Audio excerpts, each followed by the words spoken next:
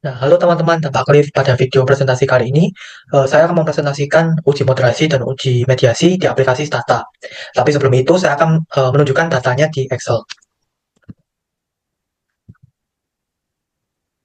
Nah, ini adalah contoh data uji moderasi yang ada, yang dimana ini saya ambil dari laporan keberlanjutan dan laporan keuangan dari 24 bank yang terdaftar di Bursa Efek Indonesia. Terutama untuk data ESG-nya ini saya ambil dari laporan keberlanjutan dari masing-masing bank.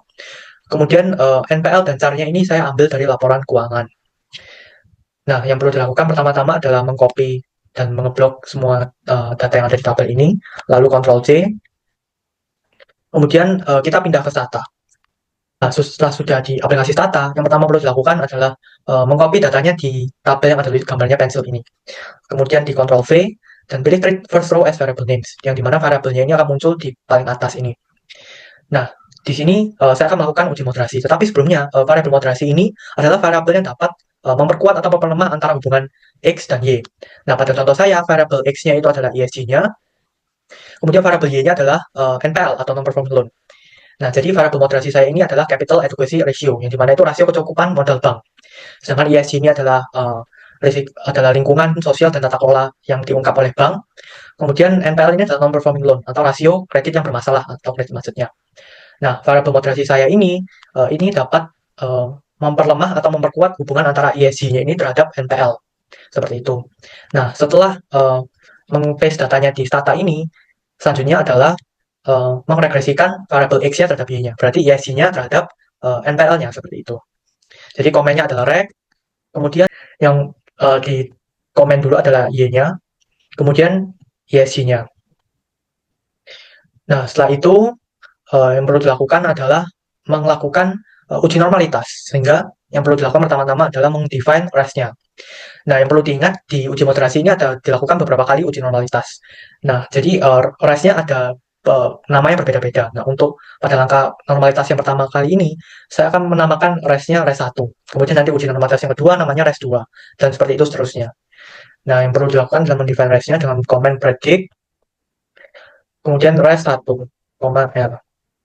Nah, ini sudah terdefine rest satunya. Kemudian untuk uji normalitasnya yang dilakukan adalah komennya SKTest atau skewness test kepanjangannya. Kemudian rest 1, yaitu rest yang sudah di-define tadi. Nah, setelah itu ini sudah didapatkan uji normalitasnya. Yang dimana p-value-nya itu di bawah batas signifikansi, itu di bawah 0,05. Sehingga yang perlu dilakukan adalah untuk menghapus data outlier-nya. Karena jika di bawah 0,05, artinya adalah datanya ini tidak berdistribusi secara normal, seperti itu.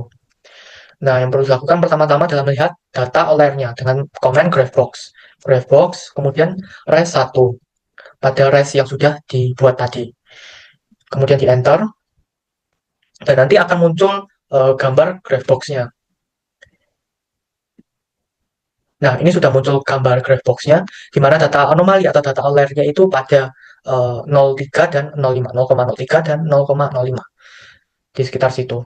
Nah, sebelum menghapus data outlier-nya, yang perlu dilakukan pertama-tama adalah mengsort res-nya dulu, supaya residualnya ini bisa dirapikan oleh statanya secara urut, seperti itu. Nah, setelah sort res, kita bisa ke tabel yang ada pensilnya tadi, kemudian menghapus data outlier-nya satu-satu, dan mengulang uji normalitasnya dari awal. Nah, yang paling bawah adalah data 0,05-nya yang outlier. Nah, yang perlu dilakukan adalah mendelete atau mendrop satu kolom ini. Diklik yes, dan datanya akan terhapus. Nah, kita kembali lagi di halaman komennya. Dan yang perlu dilakukan sebelum mengulang uji normalitasnya adalah menghapus rest-nya dengan komen drop rest 1 yang sudah dibuat tadi. Nah, bisa dicek dan data rest-nya sudah di-drop oleh datanya. Nah, selanjutnya yang perlu dilakukan adalah melakukan pendefinan rest-nya tadi. Jadi predict rest 1, R. Nah, ini rest 1 ini sudah terdefine lagi. Kemudian langkah selanjutnya adalah melakukan uji normalitasnya, itu SKTest, kemudian rest 1, pada rest yang sudah dibuat tadi. Nah, bisa dilihat datanya ini, data normalitas yang dikeluarkan oleh Stata ini p-value-nya sudah normal, karena sudah di atas batas signifikansi yang dipilih, yaitu 0,05. Sehingga artinya ini datanya sudah berdistribusi normal, sehingga tidak perlu dilakukan penghapusan outlier lagi. Nah, setelah uji normalitasnya ini lolos, dan sudah berdistribusi normal, bisa dilakukan uji heteroskedastisitas. Nah, komennya adalah head test, kemudian bisa didapatkan hasil uji heteronya, yaitu p-value-nya 0,2140, yang menandakan ini bahwa sudah di atas batas signifikansi, yaitu 0,05 tadi. Yang berarti ini tidak terjadi gejala masalah heteroskedastisitas, seperti itu. Nah, setelah melakukan uji heteroskedastisitas, langkah terakhir yaitu melakukan regresi tetapi dengan visi robust untuk mendapatkan hasil p-value yang lebih akurat. Jadi reg kurang lebih sama seperti yang di awal ini, yaitu NPL, Y-nya terlebih dahulu, kemudian ISG sebagai variable X1-nya, terus koma, kemudian ditambahi komen VCE dalam kurung robust. Seperti ini. Kemudian diklik enter, dan otomatis memang hasil p-value-nya akan lebih berbeda, dan di sini p-value-nya terlihat lebih kecil, tetapi dilakukannya ini supaya bisa mendapatkan hasil p-value yang lebih pas atau akurat. Yang justru tidak berubah itu adalah koefisiennya, tetapi lebih dari itu biasanya terutama p-value-nya ini berubah jika dilakukan VCE robust, seperti itu. Nah, pada langkah selanjutnya yaitu dilakukan regresi lagi tetapi dengan variabel moderasinya, yaitu komennya adalah reg, kemudian variabel Y-nya dulu, NPL-nya, kemudian ESG-nya, X1-nya, kemudian variabel moderasi, itu char. Kemudian diklik enter, dan didapatkan bahwa ini adalah regresi dengan uji moderasinya. Nah, setelah melakukan regresinya, langkah selanjutnya adalah melakukan uji normalitas lagi. Jadi, ini adalah uji normalitas yang kedua, sehingga ini akan saya beri nama res-nya res 2, karena res 1 sudah diambil tadi. Jadi, yang di-define ini adalah res 2-nya. Jadi, predict res 2, R. Nah, setelah ter-define res-nya, kemudian dilakukan SK test. SK test pada res 2. Nah, bisa dilihat p-value dari uji normalitasnya itu sudah di atas 0,05, yaitu di angka 0,14809, yang dimana datanya sudah berdistribusi normal. Kemudian setelah dilakukan uji normalitas, yang selanjutnya bisa dilakukan adalah uji heteroskedastisitas. Jadi komennya adalah head test, sama seperti tadi. Kemudian bisa dilihat dari p-value-nya ini, yang berada di bawah ini.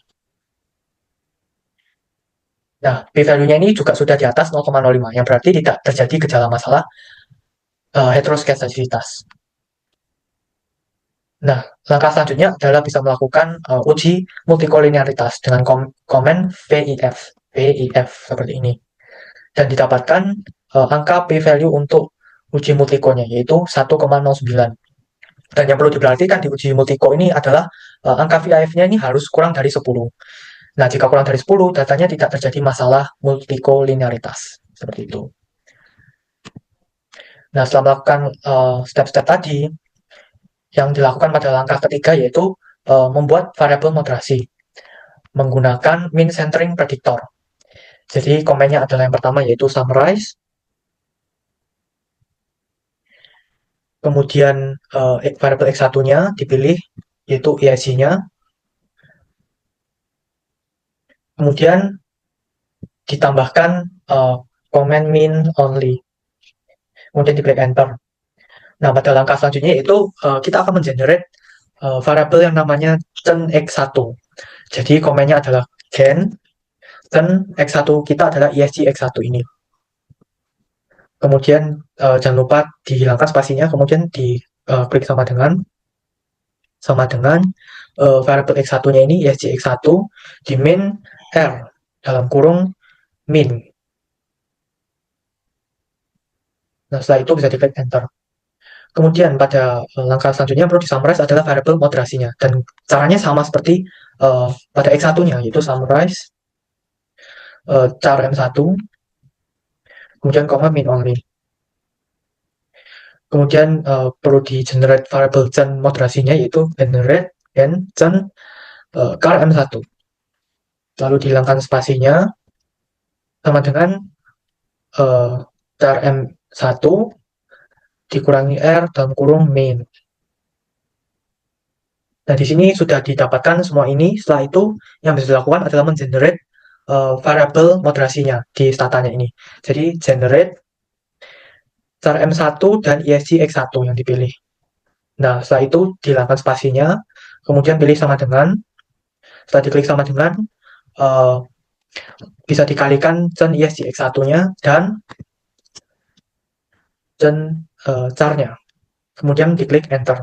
Dan otomatis akan muncul interaksinya antara char dan ISJX1-nya di stata.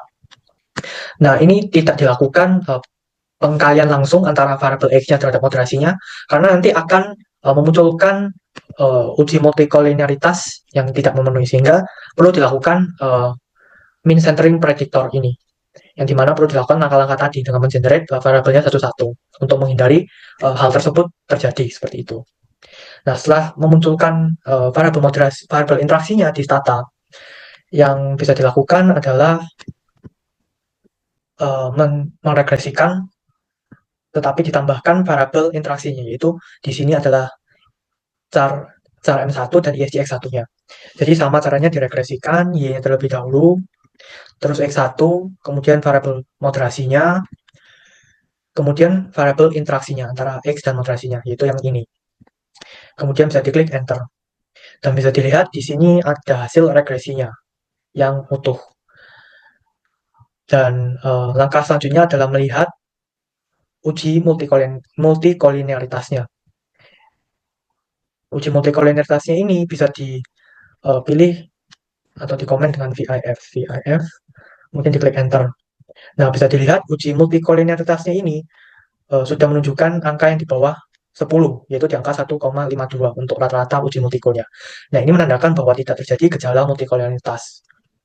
Nah, pada langkah selanjutnya yang bisa dilakukan adalah melakukan uji normalitas yang ketiga, yaitu dengan nama res3. Jadi predict res3, R. Kemudian setelah itu bisa dilakukan skenario tes terhadap res3-nya itu. SKTest res3 seperti ini. Dan bisa dilihat terlebih dahulu p-value-nya sudah di atas batas signifikansi, yaitu 0,05. Yang berarti datanya aman, yaitu sudah berdistribusi normal. Nah, kemudian bisa dilakukan uji heteroskestasitas lagi dengan komen head test. Kemudian setelah diklik enter, akan didapatkan p-value untuk uji heteroskestasitasnya, yaitu 0,5748. Yang berarti ini tidak terjadi masalah heteroskestasitas karena sudah di atas batas signifikansinya, yaitu 0,05. Kemudian setelah dilakukan uji heteroskestasitas, dilakukan VCE robust seperti langkah di awal tadi ini. Langkah yang ini seperti ini. Tetapi langkah kali ini akan ditambahkan variabel interaksinya antara X1 dengan M1-nya. Jadi reg, kemudian variabel Y-nya terlebih dahulu, kemudian ESG X1, kemudian variabel moderasinya karena M1, kemudian ditambahkan variabel interaksinya. Nah, setelah itu ditambahkan komen VCE robust. Nah, didapatkan regresi linearnya dengan VCE robust, p-value-nya 0,0549. Kemudian pada langkah selanjutnya yang bisa dilakukan adalah bisa di-decide. Sebenarnya datanya ini berdasarkan milik Sharma, yaitu pure moderator kah atau quasi kah. Jadi saya akan tunjukkan terlebih dahulu kriterianya. Nah, pada PPT ini menurut Sharma itu jika pure moderator beta 2-nya itu tidak signifikan dan beta 3-nya signifikan. Untuk homologarizer beta 2-nya itu non signifikan dan beta 3-nya non signifikan. Untuk quasi moderator B2 dan B3-nya signifikan, dan untuk prediktor B2-nya signifikan dan B3-nya non signifikan atau tidak signifikan. Nah, pada contoh saya di stata tadi, beta 2-nya itu adalah variabel moderasinya, itu char M1, dan beta 3-nya ini adalah variabel interaksinya antara moderasinya dan X1-nya. Jadi beta 2-nya ini bisa dilihat p-value-nya ini tidak signifikan karena di atas batas signifikansi, yaitu 0,05.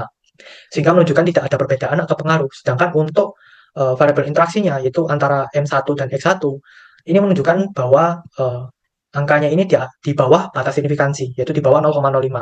Yang di sini tertulis 0,013. Yang berarti beta 3-nya ini signifikan. Dan berdasarkan contoh PPT tadi, data saya ini merupakan golongan pure moderator atau moderasi murni seperti itu. Nah, selanjutnya saya akan melakukan uji mediasi, tapi sebelumnya saya akan menunjukkan datanya di Excel terlebih dahulu. Nah, ini datanya yang ada di Excel. Jadi datanya ini sama seperti data moderasi yang digunakan untuk uji moderasi, tetapi di sini bedanya adalah yang variabel char M1 ini akan bertindak sebagai mediasi atau perantara antara variabel ESG sebagai X, kemudian NPL sebagai Y. Jadi variabel Y ini merupakan variabel yang menjadi perantara atau penengah antara variabel X dan variabel Y, seperti itu. Nah, langkah pertama sama seperti pada uji moderasi, kita perlu memindahkan datanya ke Stata. Jadi yang perlu dilakukan adalah mengeblok dan di-copy, jadi di Ctrl C, kemudian dipindah ke statanya. Nah, dipindah di tabel yang ada pensilnya, kemudian di Ctrl V dan pilih Treat First Row as Variable Names. Kemudian, langkah pertama yang perlu dilakukan adalah meregresikan eh, variable X-nya terhadap Y-nya. Tetapi yang ditulis terlebih dahulu adalah variable Y-nya, yaitu MPL-nya, kemudian ISC-nya.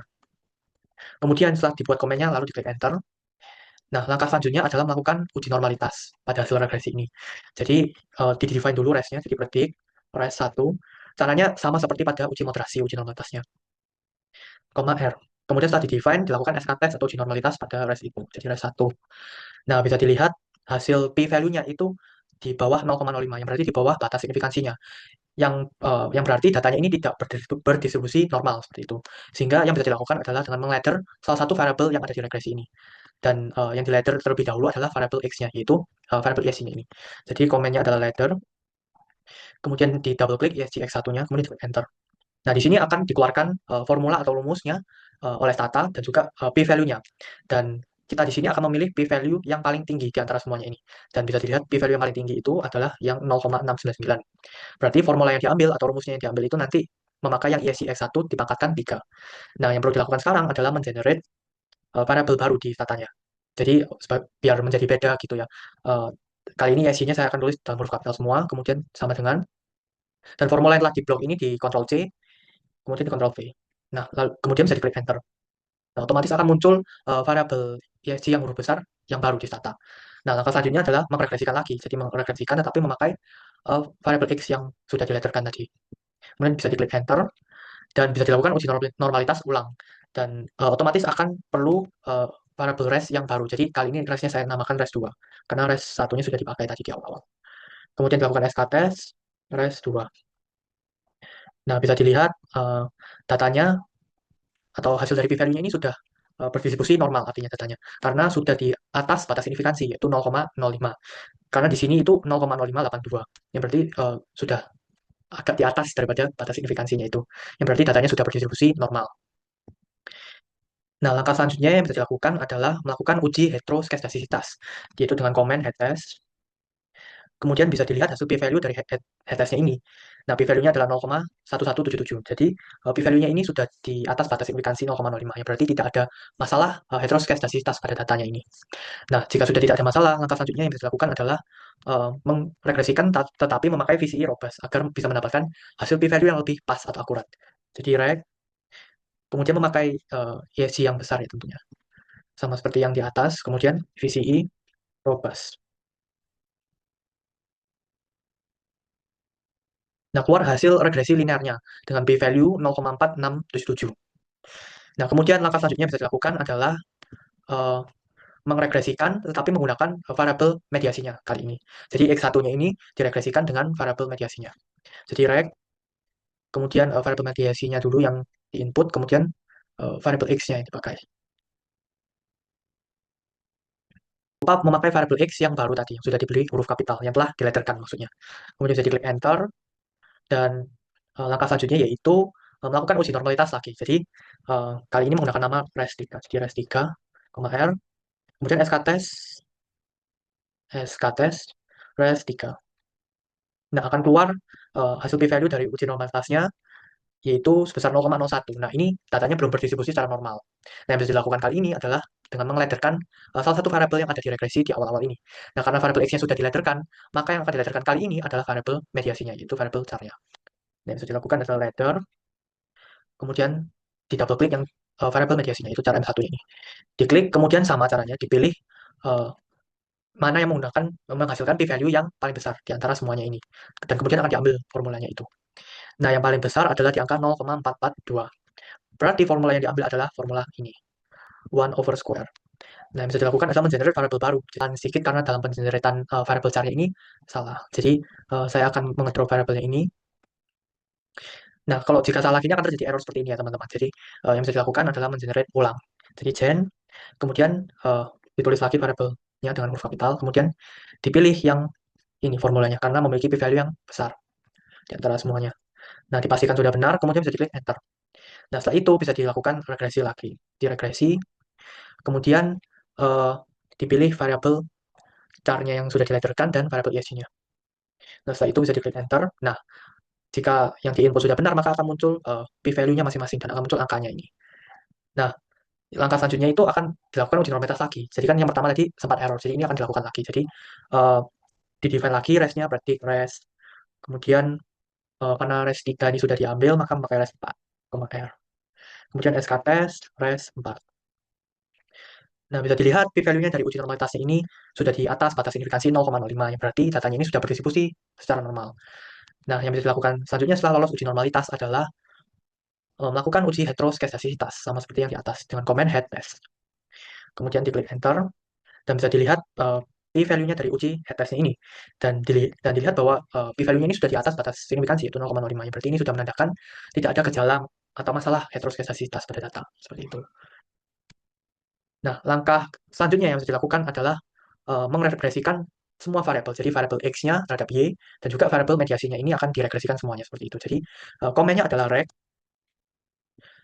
kemudian yang diinput variabel Y-nya terlebih dahulu, kemudian jangan lupa menggunakan variabel X yang telah diletterkan, dan juga variabel mediasi yang telah diletterkan.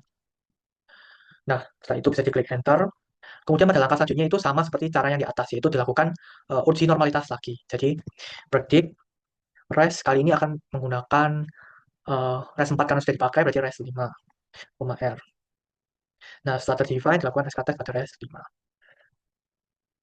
Nah, bisa dilihat p-value-nya itu di bawah batas signifikansi 0,05, berarti terjadi uh, pendistribusian yang tidak normal. Nah, sama seperti cara yang di atas, kita bisa melakukan ladder pada salah satu variabel. Nah, variabel yang belum diladderkan adalah variabel y-nya. Nah, yang bisa diladderkan y-nya berarti komennya adalah ladder. Kemudian yang diambil adalah ML y-nya. Kemudian bisa diklik enter dan dipilih mana p-value yang paling tinggi di antara semuanya. Sama caranya. Dan dilihat yang paling tinggi adalah 0,298. Berarti yang diambil adalah square root atau uh, akar dari NPLY-nya ini. Jadi perlu dibuat variabel baru di katanya dengan comment generate, kemudian NPL di huruf kapital biar menjadi beda ya daripada yang lama. Kemudian di Ctrl C, di blok Ctrl C rumusnya, kemudian di Ctrl V. Nah, setelah dipastikan benar bisa diklik enter. Nah, kemudian yang bisa dilakukan adalah meregresikan ulang. Jadi regresi, reg, komennya, kemudian variabel yang terlebih dahulu, gunakan yang sudah diletterkan ya teman-teman. Kemudian ESG dan variabel mediasinya, yaitu cat. Kemudian bisa diklik enter. Nah, setelah didapatkan regresi linearnya adalah dilakukan uji normalitas lagi. Tetapi sebelum itu di-define res yang terlebih dahulu. Predict res 5 sudah dipakai, berarti memakai res 6, R. Nah, setelah itu dilakukan SK test pada res 6. Nah, hasil SK testnya ini p-value-nya sudah di atas batas signifikansi 0,05. Yang berarti datanya ini sudah berdistribusi secara normal. Nah, setelah lolos uji normalitas ini, bisa dilakukan uji heteroskesasitas dengan komen head test. Nah, bisa dilihat p-value-nya. Nah, p-value-nya ini juga sudah di atas batas 0,05, yang berarti sudah tidak ada masalah heteroskesasitas. Nah, langkah yang terakhir yaitu bisa dilakukan uji Sobel dengan cara mencari uji Sobel di Google, yang dimana akan disediakan kalkulator untuk menghitung uji Sobelnya ini. Jadi, bisa di Google, kemudian pilih yang milik Daniel Sofer ini. Nah, kemudian di scroll dan ditemukan uh, standar error A, B, dan juga A kapital dan B kapital. Nah, ini itu diperoleh dari langkah kedua dan langkah ketiga regresi yang telah dilakukan. Jadi pada langkah yang kedua itu yang diregresikan itu variabel X-nya terhadap variabel mediasinya, dan yang pada B ini, yaitu di langkah ketiganya itu yang diambil dari regresi semua variabel, jadi X, Y, dan Z-nya. Jadi yang A ini langkah kedua diisi, dan yang B ini langkah ketiga. Begitu juga untuk standar errornya. Nah, ini saya akan tunjukkan di statanya. Langkah dua yang tadi sudah dilakukan itu regresinya X dan variabel mediasinya. Nah, yang ini. Dan pastikan dahulu yang diregresikan ini sudah benar. Yang sudah diletterkan dengan tadi memakai huruf kapital variabelnya. Nah, yang diambil untuk variabel, untuk A-nya di uji Sobel tadi, itu adalah koefisiennya ini, 0,002141.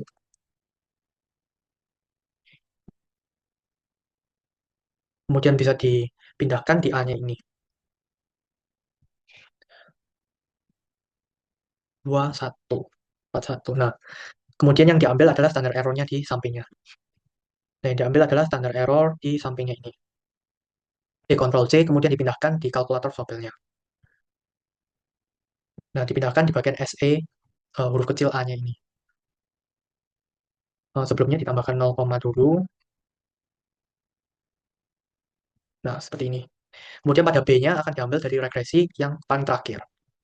Dan yang akan diambil adalah koefisien dan standar error-nya. Namun jika seperti ini teman-teman, ini artinya minus 3,15 dipangkatkan dikalikan 10 pangkat minus 7. Yang berarti hasilnya itu akan 0,0000 sekian. Dan juga sama seperti untuk standar error-nya. Jadi ini 1,61 dikalikan 10 pangkat min 6. Yang berarti hasilnya juga 0,000016 sekian seperti itu. Nah, yang bisa diinput untuk kedua-duanya ini adalah 0,0000-nya itu aja karena di uji sobelnya ini terbatas untuk angkanya.